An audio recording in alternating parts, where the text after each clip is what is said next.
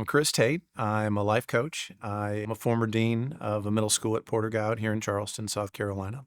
And I'm also the executive director of a nonprofit that I founded about 10 years ago called Bicycles for Humanity Charleston.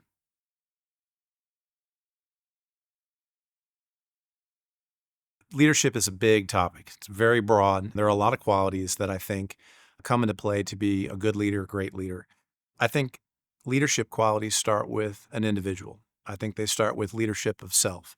So, what I mean by that is, what are the qualities that make a good leader? And I think you can ask anyone this question that has to lead their own life.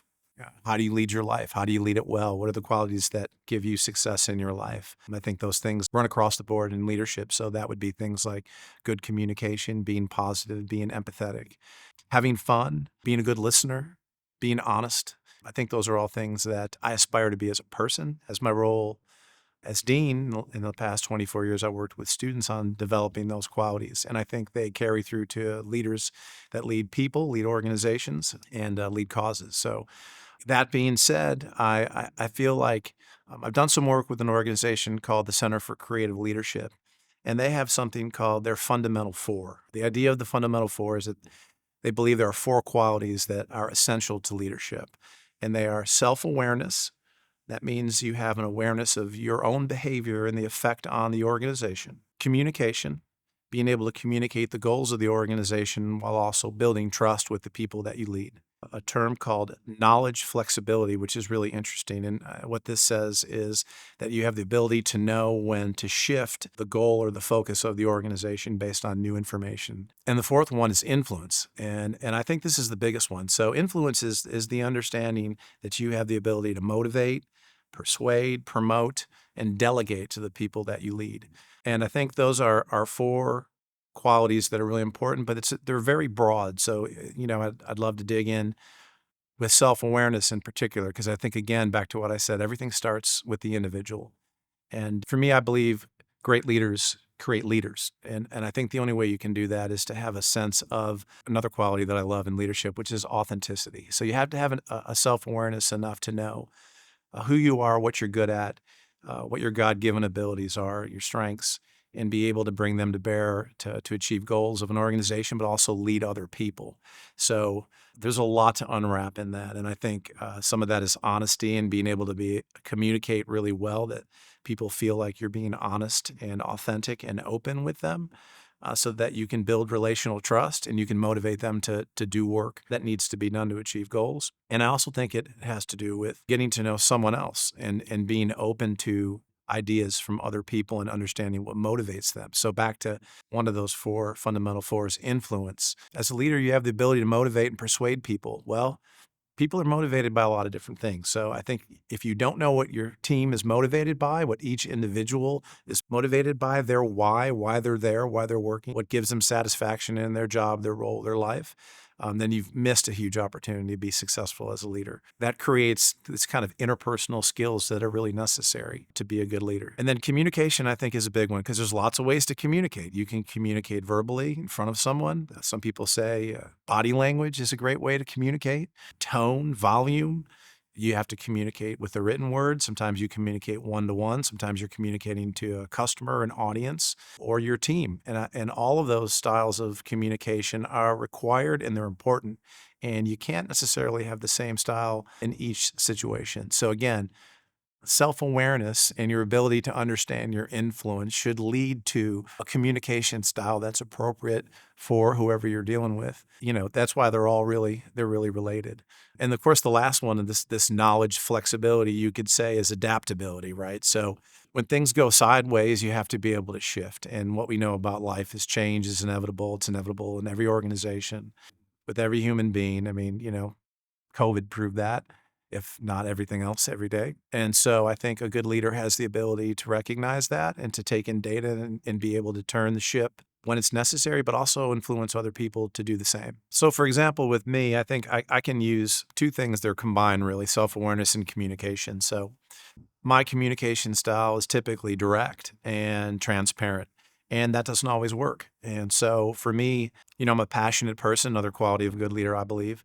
And so sometimes my passion can override my communication style, and that doesn't always come across the way I want it to. So for me, I've been, as a dean, I've been in front of families and parents a lot to talk about middle school and student life in particular, and the programs that I was responsible for, which was wellness programs with leadership as a focus and experiential learning, but also discipline. And if you're a parent of a middle schooler, especially a young one, there's a fear of middle school for your children. You want to make sure that you're sending your child somewhere that you can trust the people who are caring for your children and that you understand why they do what they do. So for me, being in front of parents each year on kind of new parent night, I had to make sure that, one, I built trust with them by letting them understand how we get to know their children and how each child is valued and the process and programs in which we did that to build that trust before I could even start to talk about the programs and the things we felt were the best ways to do that. And I had to use my communication skills to kind of persuade them that I was on their team and that together as parent and school, we were on the team of their child. And so everything we did at school was in the best interest of that child. And so when we talked about the wellness programs or experiential learning or even the discipline programs, when rules were broken and hard conversations had to be made, the parents can understand why we were doing what we were doing. So for me, that was about how I presented it calmly and succinctly and in a way that I felt like I had a responsibility to share with them information that they needed and influence their view of us as a school that they've dropped their children off to every day. So I think over the years, I got really good at that. And what it did was it eased the anxiety that parents had, which in turn eased the anxiety that children had in coming to the middle school, which can be, can be difficult. So it was a hugely impactful way for me to use a quality that I still have to work on, communication, in a way that helps me achieve the goal of the school. I'd like to talk about influence from the standpoint of oftentimes when you're a leader, you have kind of multiple entities and levels of leadership maybe above and below you that you have a responsibility to, right? The best example for me is I was the dean of a middle school. There was a head of a middle school. There were grade level deans in the middle school. I was running a wellness program that utilized the counselor, and together we had to get a lot done, and also the faculty. But then we also had to make sure that the people above our division, the academic dean, the dean of wellness, the headmaster, the associate headmasters, also knew what we were doing and why we were doing it. And at the time, Life 101, which is the name of the wellness program, didn't exist.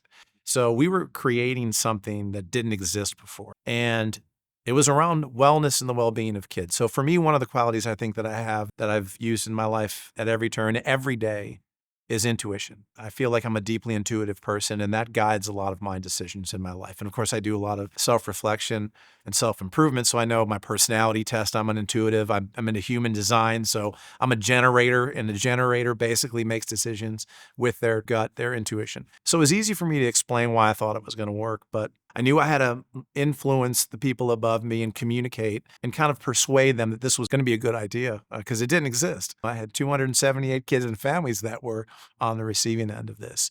So that took a lot of time, and it took, communication skills certainly. But I think that in the role that I was in and having the responsibility that I did and knowing what my kind of North Star was, which was what's in the best interest of kids, as long as I kind of had that as the goal and the mission. It's very much like the ideal life and having this dream goal, or what they would call reverse engineering, knowing what the end should be and then working backwards. I could sell that, so to speak, from the standpoint of I can communicate why it was important and what the end result would be in a way that, I knew in my heart would work. So I feel like it was influence that allowed me to do that. There are many ways to influence, but I think that was an important quality that I had to kind of leverage to achieve a goal that, kind of visionary in a sense, because it hadn't existed before, which goes to leadership styles and, my style as a leader.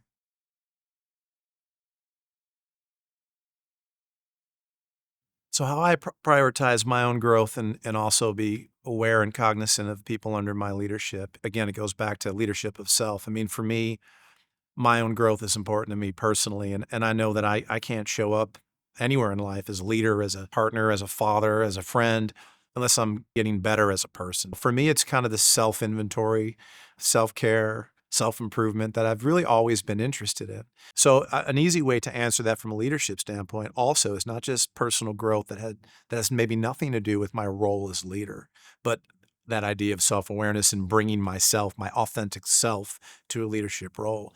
But in that leadership role, I had professional development goals. I wanted to get better at lots of things. In education, there is progressive education. There are a lot of great ideas. There's project-based learning. There's all kinds of things that schools do and do well, especially around wellness and experiential learning, which, are my passion.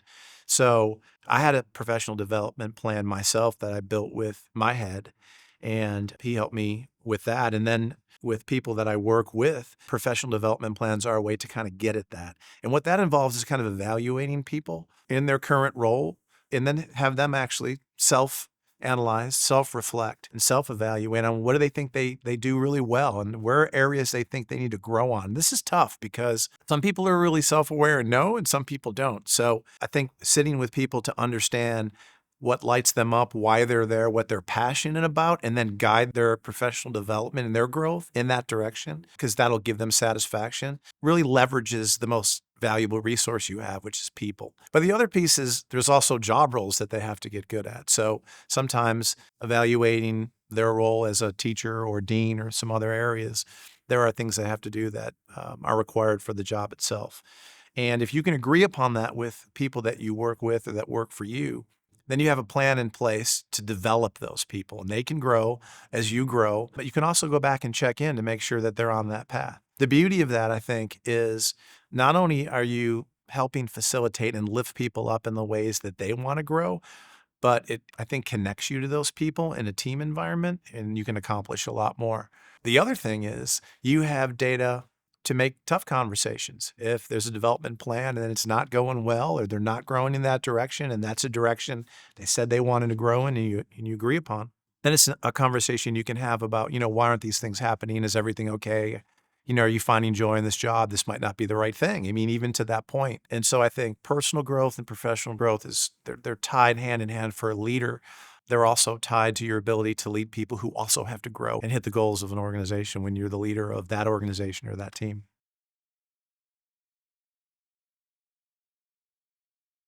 Motivation. How do you keep your team motivated? This is good. Now, I've spent 23 years as a dean of a middle school. So my team is oftentimes young kids, but I also spent 18 years as a football coach, coaching JV football. Different people are motivated by different things. So for example, as adults on a team, some people are motivated by you giving them a task and delegating and letting them have autonomy to go do that thing. Tell them what to do and they're going to go do it. Those are the troops on the ground. Some people need more support in that. They want to do it with you. They want to bounce ideas back off of you. So you have to be available to that. And that keeps them going. Some people want affirmation that they're doing a good job. They want a pat on the back. They want a shout out in a meeting. They want an email that says you're doing great. Some people are motivated by money. A raise, a bonus. Some people are motivated by time. Some people would argue that's the most valuable resource there is your time. You have to be aware of people's time when you ask them for their time or extra time. So the only way you can motivate people is to understand what motivates each one of those people, because we're all so different these days, especially with the younger generation coming in. There's a lot of different ideas about the work that they're engaged in and why they're there and how long they might be there for. Leadership is a business of building people, is what I think. And as a football coach, I knew how to motivate different people on the team. Some of them needed the tough love, to motivate them and challenge them a little bit. And then some of them needed the pat on the back and the hug and, you're doing great. So I think it comes back to the interpersonal skills and the people skills and really knowing who your team is and what motivates each one of them.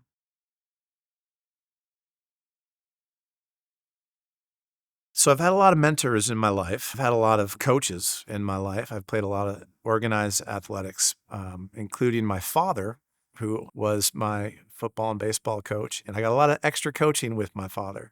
So, hero, mentor, coach in many ways, not perfect in many ways. And I think it's interesting that I followed in his footsteps in some ways, but he's not me, I'm not him. So I have my own unique brand of what I believe to be, leadership style and mentoring and coaching.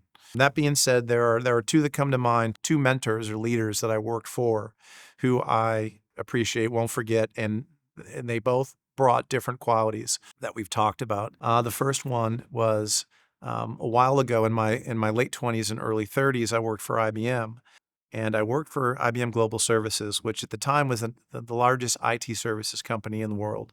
And my title was e-business solutions specialist. So I was in sales, selling consulting services right when the internet was just kind of blowing up. And it was a crazy, fast-paced environment. I was part of a team. I was living in Atlanta, and Christine Shropshire, who was our leader, our sales manager, was this kind of glowing, radiant, passionate person who just loved people.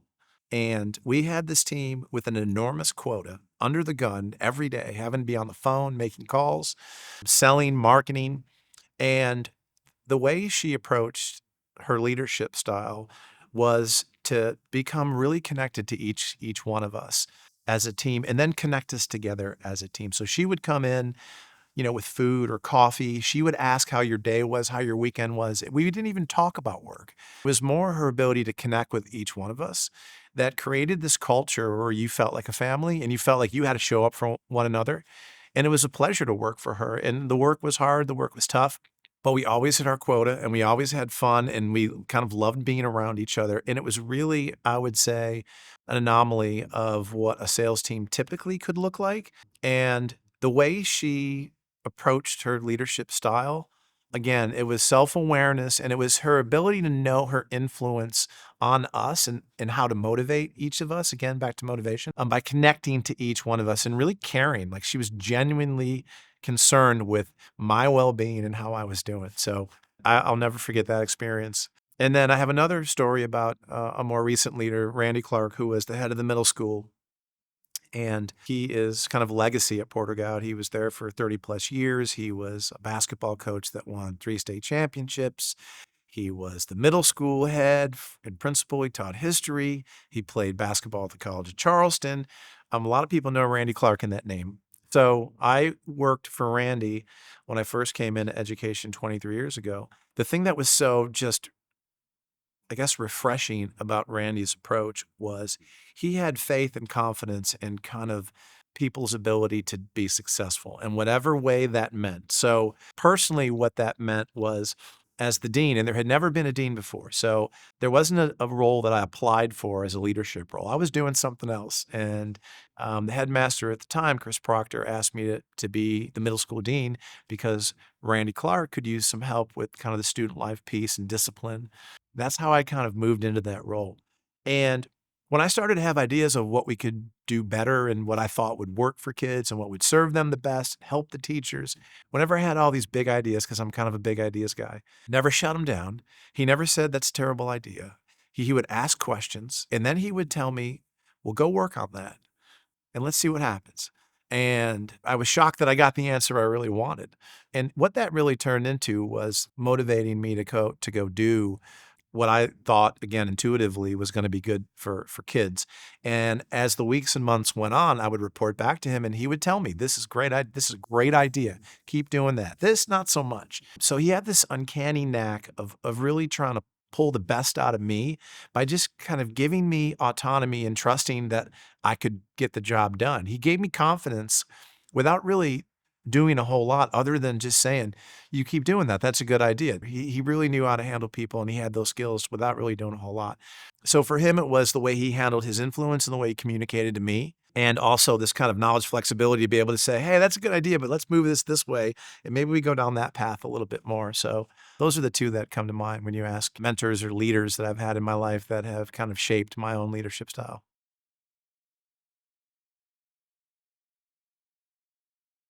So if I talk about my own leadership journey, it's really some of the leadership roles I've had in my life are because I sought them out. I think coaching kids is one of those type of roles. Applying for a job, that maybe had a leadership role into that. That's part of it. So some of it was contrived, if you will. It was purposeful and what I wanted to do, knowing who I am, knowing what my purpose in life is, which is really using my strengths to kind of make the world a better place, so to speak. And then some of them just came about because of the work that I was doing, and someone said, "Oh, that guy over there, he's really doing all this work. This is great. He should take this role on." And so you have to be careful with that, right? So I've taken on some leadership roles where I was more ego, and I thought, "Oh, this is great. I'm going to get paid more, and I'm going to have this title, and this is about me." Those don't work as well. I think that happens oftentimes. It's this kind of reluctant leader thing, or this imposter syndrome idea, right? Where you become a leader, but you're not really sure you are a leader, but you have these skills that people see as leadership skills.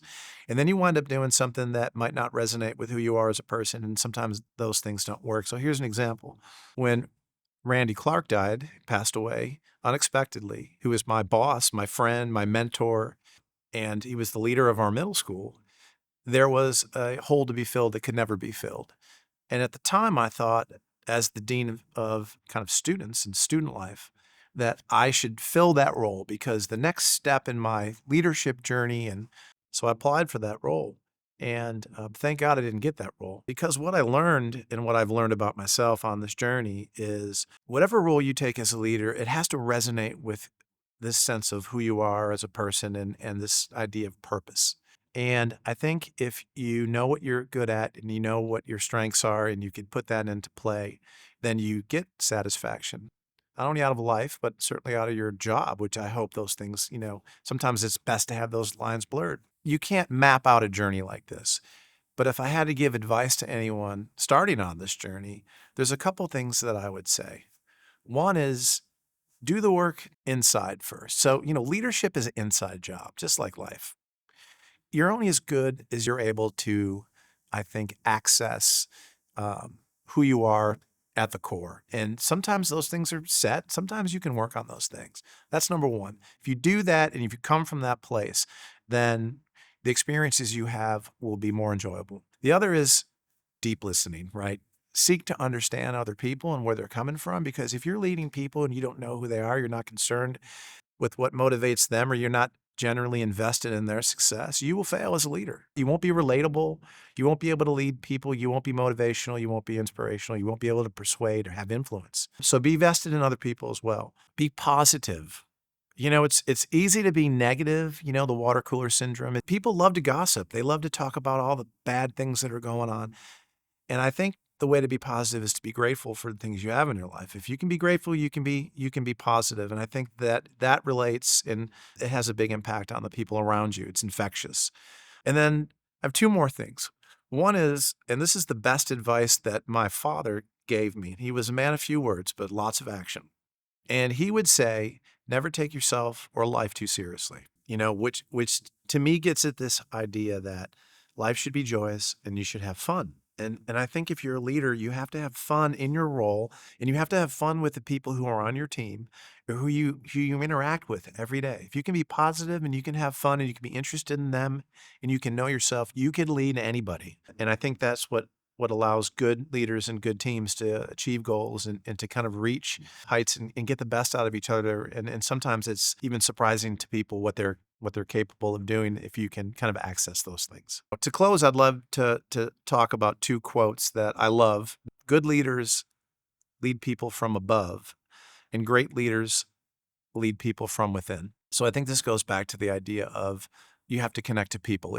Leadership is about people. At the end of the day, it's the people that do the work. It's not the leader, which kind of leads me to this other quote about what happens with great leaders is when the work is done, the people say, we did it ourselves. Right. So they did it without the leader. So I think that could sum up what I would say is great leadership philosophy, and something that I aspire to be, and still and always will aspire to that, which is really hard because that has to do with ego and personal recognition and a lot of things that people think leaders should get. I'm Chris Tate. I'm a coach with The Ideal Life. I love the philosophy around the ideal life, and here's why. For me, I'm kind of a big ideas dreamer type of person. So everything in my life is this grand idea that I have off in the future that I aspire to be and that I'm pursuing. But you can't really reach a dream goal, or you can't reach those goals without backing it down to smaller bits and pieces until you really get to what do you do every day to kind of achieve those things. You can't achieve anything without intention. And intention means you have to take your attention and you have to apply it to the thing you intend to do. And nothing has ever been accomplished without attention. For me, I think what the ideal life has done is it's giving me some tools to allow me to work towards those goals every day in a very simple way that makes me feel good about the direction that I'm going. So there's this notion of schedule your priorities. And what I love about that is that's basically saying, what is the priority in my life that I think is the most important thing? And that's what I'm going to schedule into my day. So it gave me a kind of a path that I didn't have before. Because sometimes I'd see that goal off in the future and I'd look back and think, I'm not nowhere closer to that than I've been, than I was last month. But with the ideal life, I think it's given me some really simple tools to one, allow me to make progress, but also feel good about what I was doing along the way. And that's kind of the dose chemical pieces of that.